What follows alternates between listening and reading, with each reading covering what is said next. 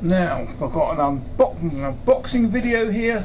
I have a nice box of succulents from Valley Succulents, and let's see how they look. Got my terrorist tool, which I'm cutting the tape with very carefully because I don't want to damage what's inside, obviously.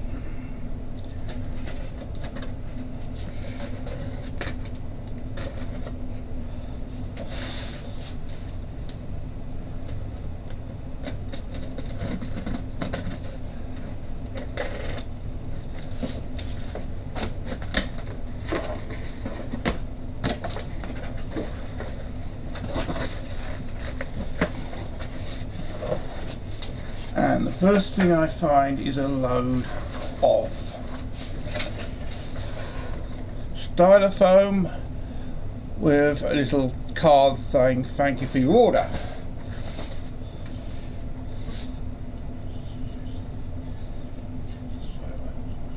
Okay, so now let's start taking things out of this box.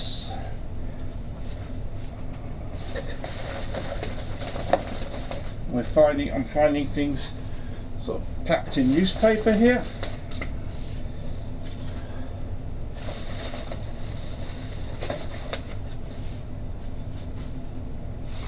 And here I have, I think it's a heat pack. I think this is a heat pack. It's still warm.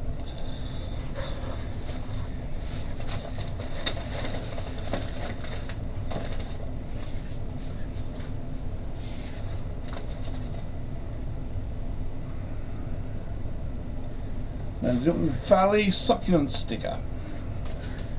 Now let's have a look at the first package of newspaper.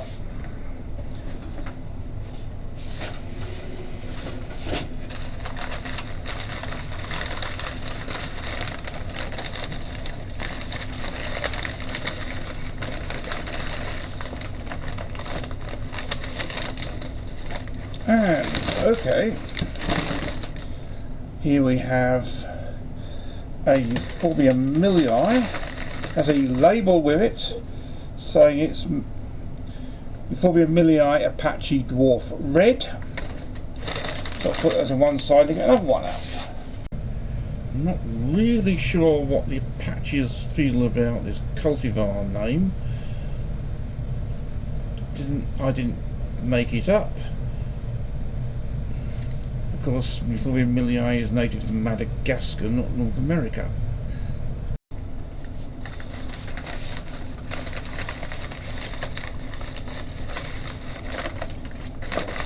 And now this looks like a Rebutia.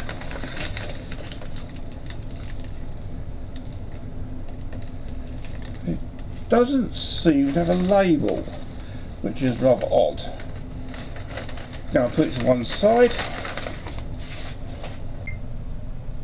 I've discovered that this is actually Rebutia fulvicetta.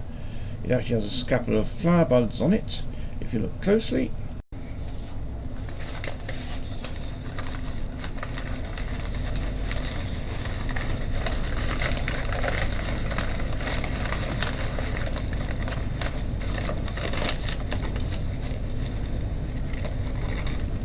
And another Rebutia. This set of labels saying it's Rebutia wesneriana.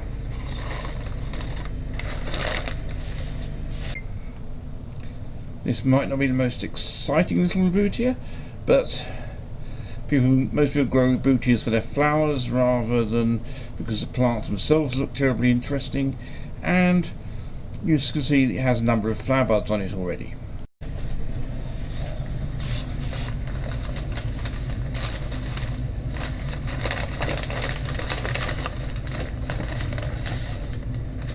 And a very pretty little plant here. This is a Frailea, and the label says it's Frailea mammifera.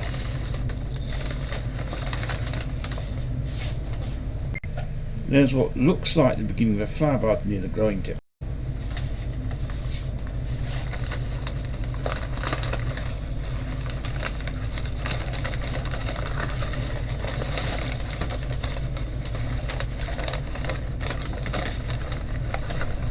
another Frailea pygmea var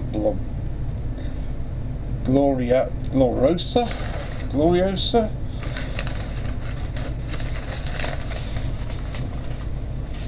Frailea pygmea var gloriosa. If you look closely again, you can see there's probably the beginnings of the flower near the growing tip. I've never seen a Frailea in a Canadian garden centre, in case you're wondering what was those. And here's something quite big. Well, what do we have here?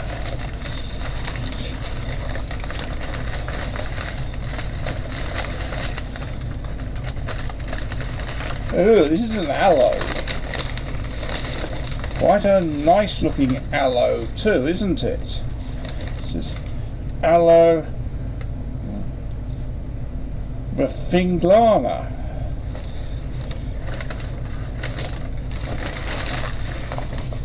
Apparently the correct name for this one is aloe deltiodonta varaflingiana.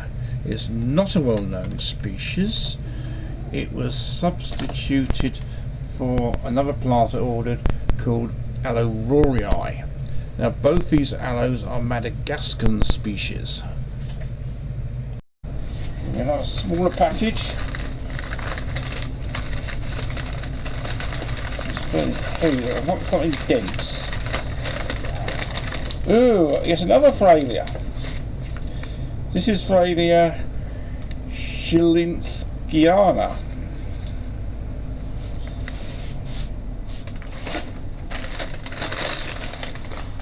Frailea Shilinskyana. Again, you can see there were several flower buds developing near the growing tip. In case you haven't realised, Fraileas flower from the top, Arubutias tend to flower from the bottom. Now a fairly big package here.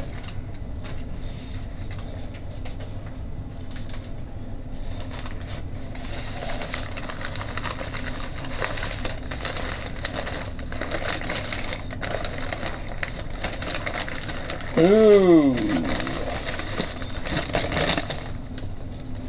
Yes, that's nice, isn't it? This is Echeveria canti white cloud. I wasn't in Echeveria canti for a long time. It was the one that used to go around the lock as Echeveria subrugida, but they've now decided that subrugida is a different species and renamed this Echeveria canti. This is a rather rare Echeveria. Most Echeverias can be easily propagated from cuttings, not even leaves, but not this one. A long package here, something fairly tall.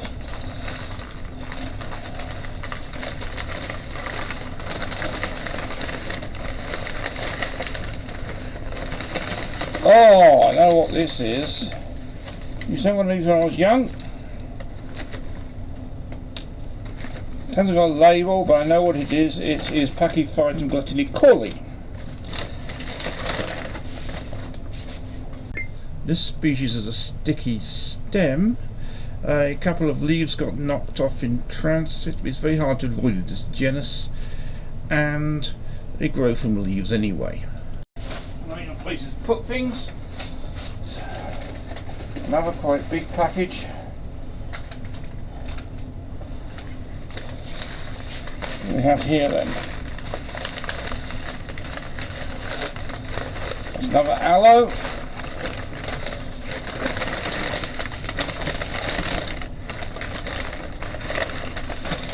Another pretty species. This is Aloe harleana.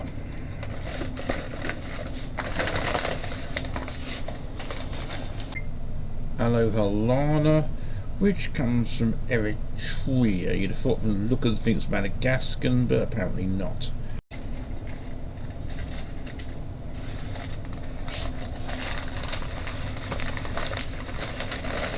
Something else dense and kind of a bit on the large side. Oh! Wasn't expecting this to be so large. This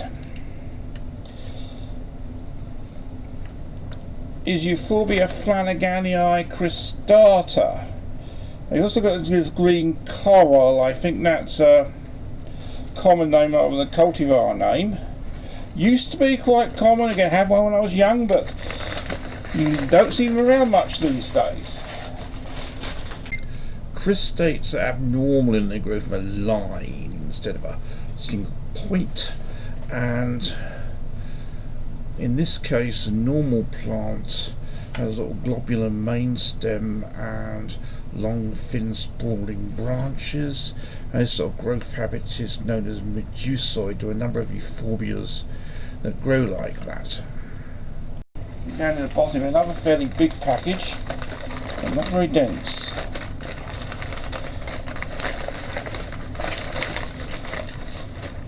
Something with long, Dicea burgundy ice. Diceas of course look rather like aloes, but they're bromeliads, so they're related to pineapples. Bromeliads are epiphytes and are not succulent, but there are some succulent ones and a few succulent ones that grow as epiphytes, but such as the air plant Tillandsias, but Diceas are not epiphytic, they grow on the ground. Another big but not very dense package.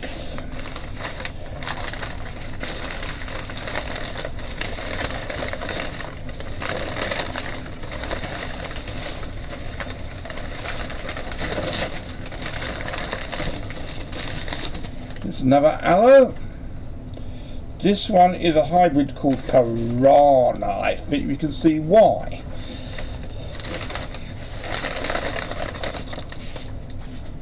Of pretty little aloe hybrids. A lot of them are produced by somebody named Kelly Griffin, but this one was bred by Larry Weasel, not quite sure what to pronounce.